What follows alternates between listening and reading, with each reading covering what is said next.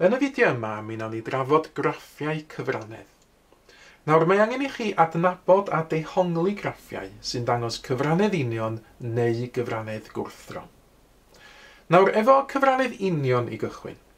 Dyn ni'n gwybod wrth i un maint gynyddu, enghraifft y milltiroedd y deithwyd, x, rhaid i faint arall gynyddu hefyd, enghraifft y petrol sy'n cael ei ddefnyddio, y.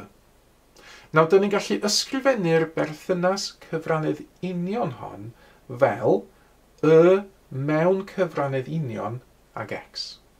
A dyn ni'n gweld ar y dde y graff ar gyfer cyfranedd union. Mae o'n graff llinach sydd, sydd yn cychwyn yn y tarddbwynt, sef y pwynt dim dim.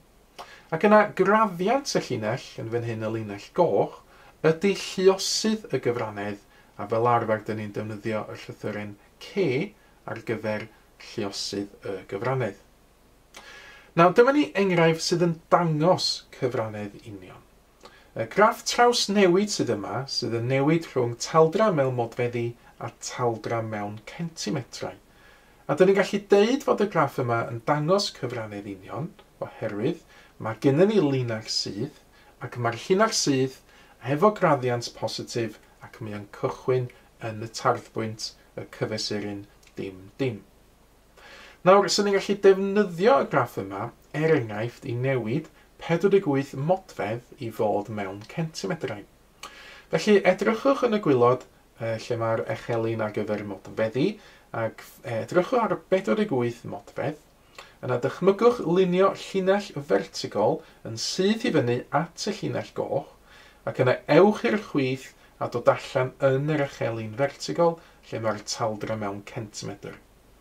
A wedyn, dyn ni'n gallu gweld y fan hyn, os ydyn ni'n cychwyn yn 48 modfedd, dyn ni'n mynd i fyny a dyn ni'n taro just uwch ben 120 centimetr, a sy'n ni'n gallu gweld ychydig yn gliriach, so hwnna wedyn yn dod allan o gwmpas 122 centimetr.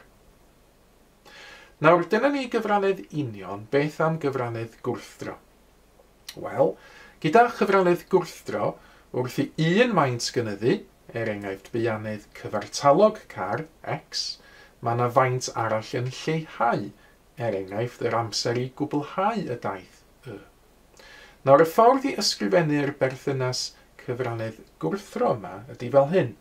Mae y mewn cyfranedd wrthro ag x. Ac ar y dde, dyn ni'n gweld y graff ar gyfer cyfranedd gwrthro. Nawr, nid llinach sydd yn fan hyn, ond cromlin. A fel dyn ni'n gweld, fel mae x yn cynyddu wrth i ni ddarllen y chwith i'r dde, yna mae y yn lleihau. Mae'r graff, yr gromlin goch, yn dod i lawr wrth i ni edrych o'r chwith i'r dde.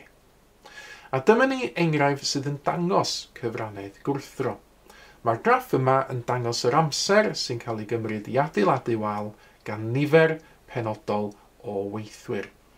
Ac eto, os ni'n gallu darllen y wybodaeth i ffwrdd oddi wrth y graff yma, enghraifft, os oes gennym fi 4 o weithwyr, yna dwi'n edrych am 4 ar y gwylod, dwi'n edrych i fyny a taro'r gromlin goch, darllen i ffwrdd i'r chwith, a dyn ni'n gweld y fan hyn, os a 4 o weithwyr yn cymryd 30 o ddiwrnodau i gwblhau y gwaith.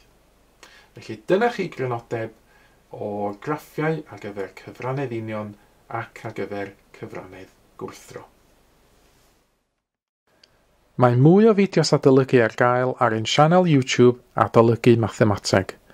Am y newyddion diweddaraf neu holi cwestiwn, dilynwch ein cyfrif trydar @mathemateg. Neu ewch i'n gwefan www.mathemateg.com am fwy o adnoddau adolygu.